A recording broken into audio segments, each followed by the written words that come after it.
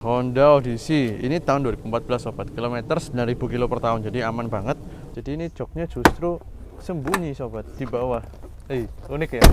Ini mesin K24 2400 cc Earth Dreams. Koko nanti akan bahas detailnya ketika nyetir.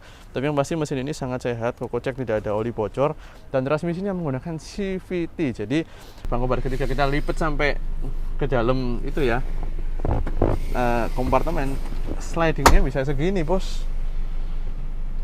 Cakep nggak? Satu-satunya di Indonesia kombinasi powertrain dari Honda yang menggunakan mesin K24 berbarengan dengan transmisi CVT. Itu hanya ada di Odyssey ini. Halo sobat Koko Mobil, welcome back to our channel. Kembali lagi dengan Koko Timothy Rubino.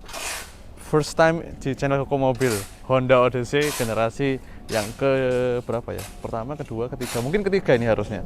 Oke. Koko akan ceritain detailnya gimana dari kondisi mobil ini dan gimana keseruannya pakai MPV yang benar-benar unik dan mungkin jarang kita lihat, tapi sebenarnya punya fitur yang benar-benar menarik.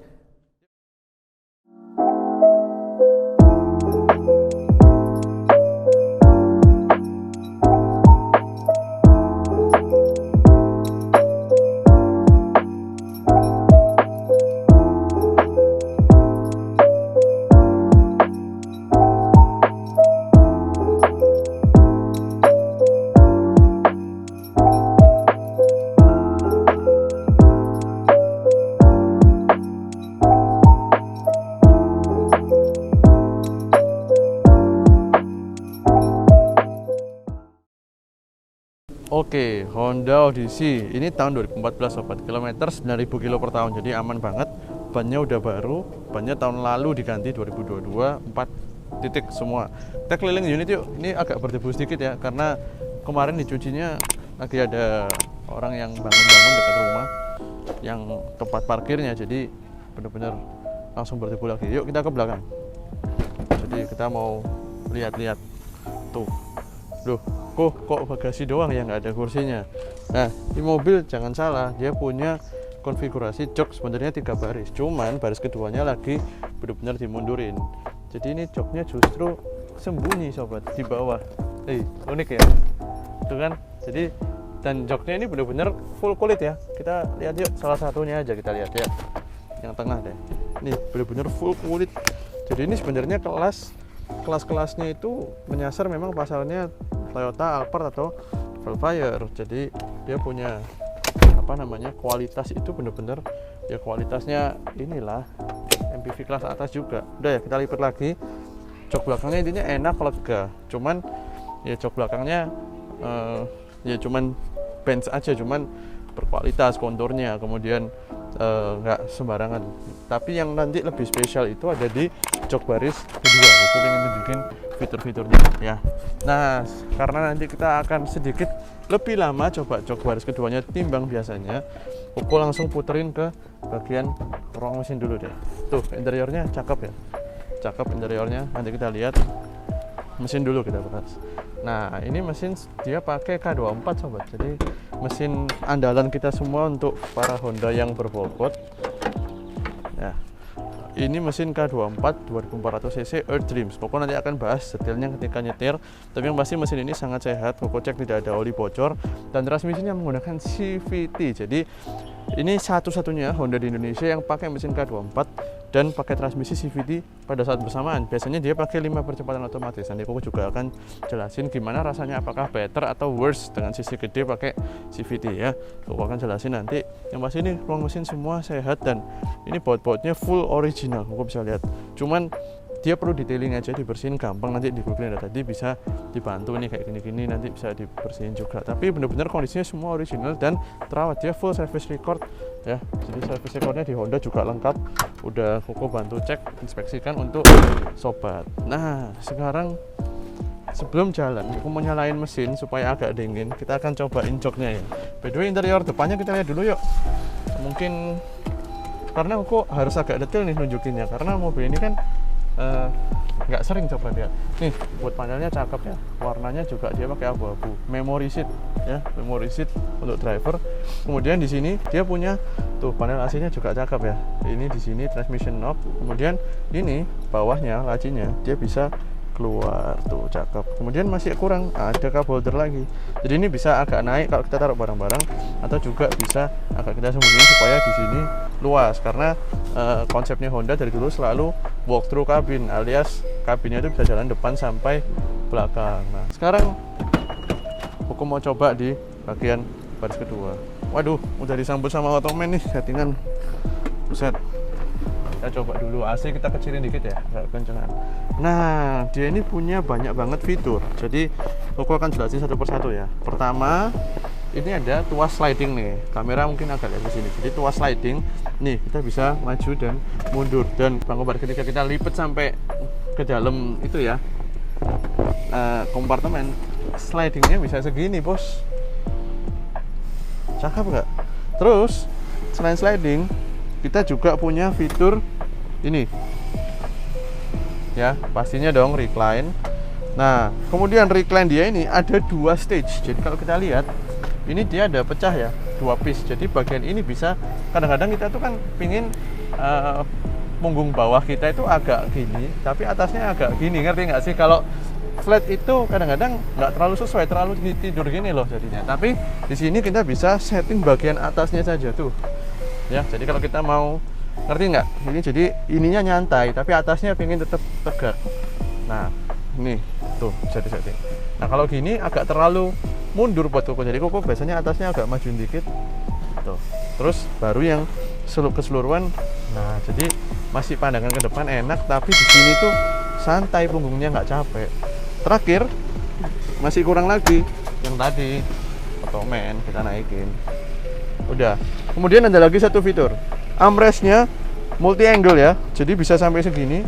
Kalau kita pengen nyantai begini, setelah ke bawah kita naikin, dia adjustable banget sudutnya. Naikin lagi dikit.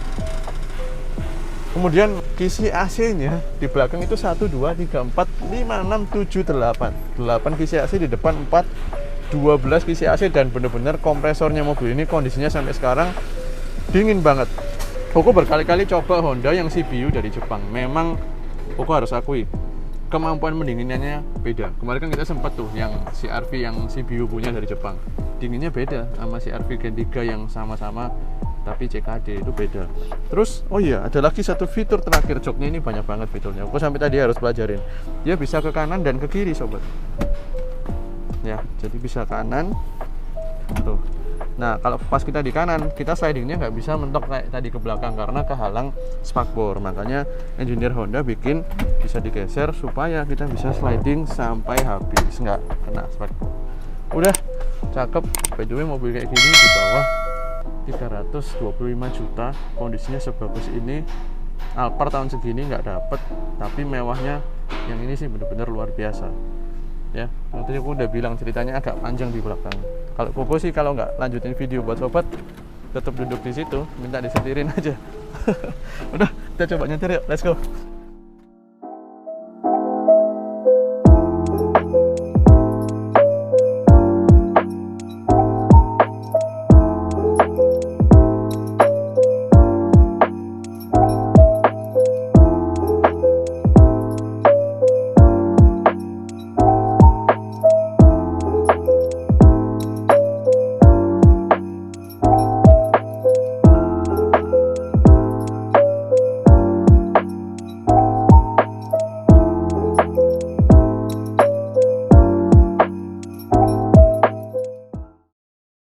Cakep.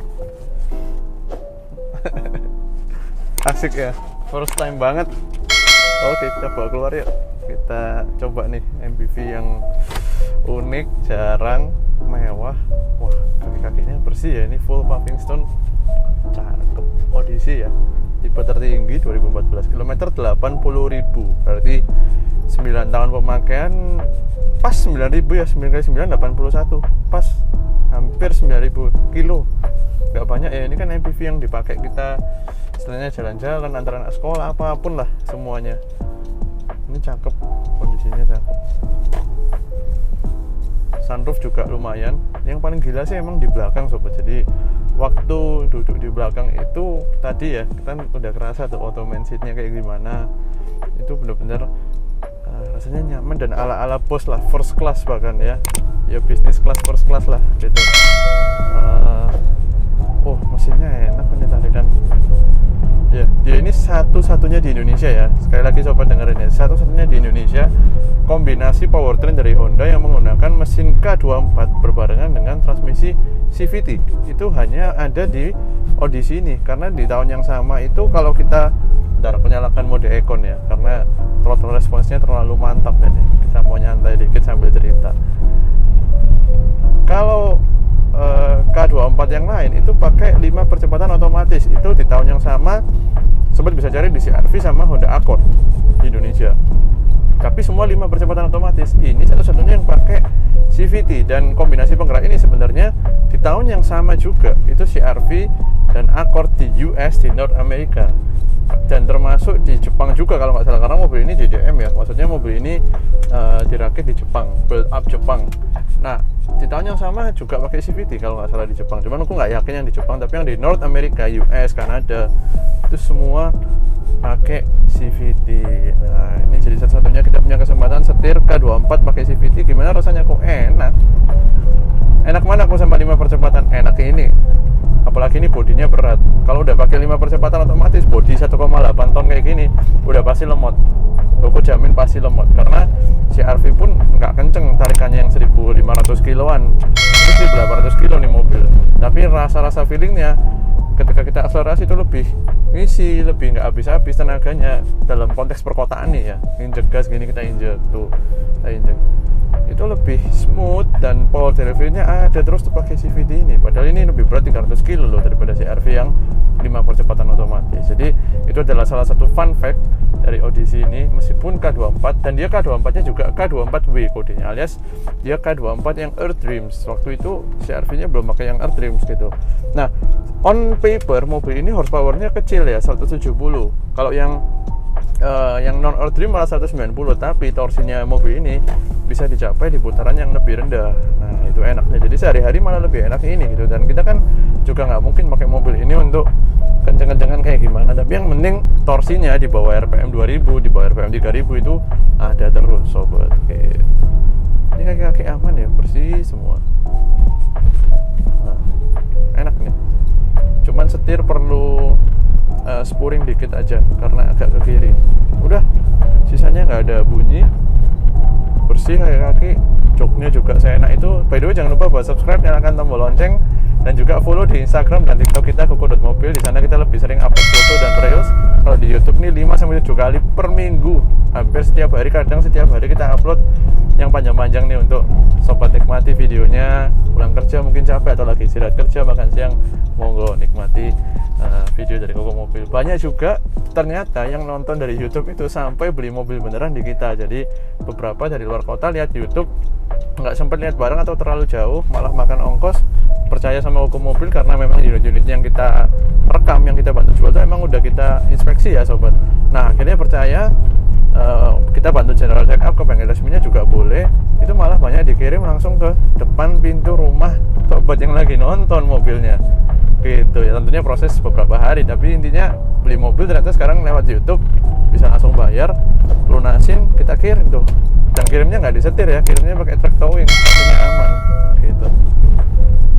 Cakep nih, Odyssey full, cakep, nyaman. Ini cocoknya buat siapa kok? Cocoknya buat sobat yang pengen disupirin, tapi kadang-kadang juga masih nyetir sendiri. Nah ini nggak tanda kutip nggak semalu lah kalau kita nyetir sendiri Alphard atau Velfire, karena this is still a Honda, still on Odyssey, dimana memang juga dirancang untuk disetir sendiri, dan handlingnya not bad.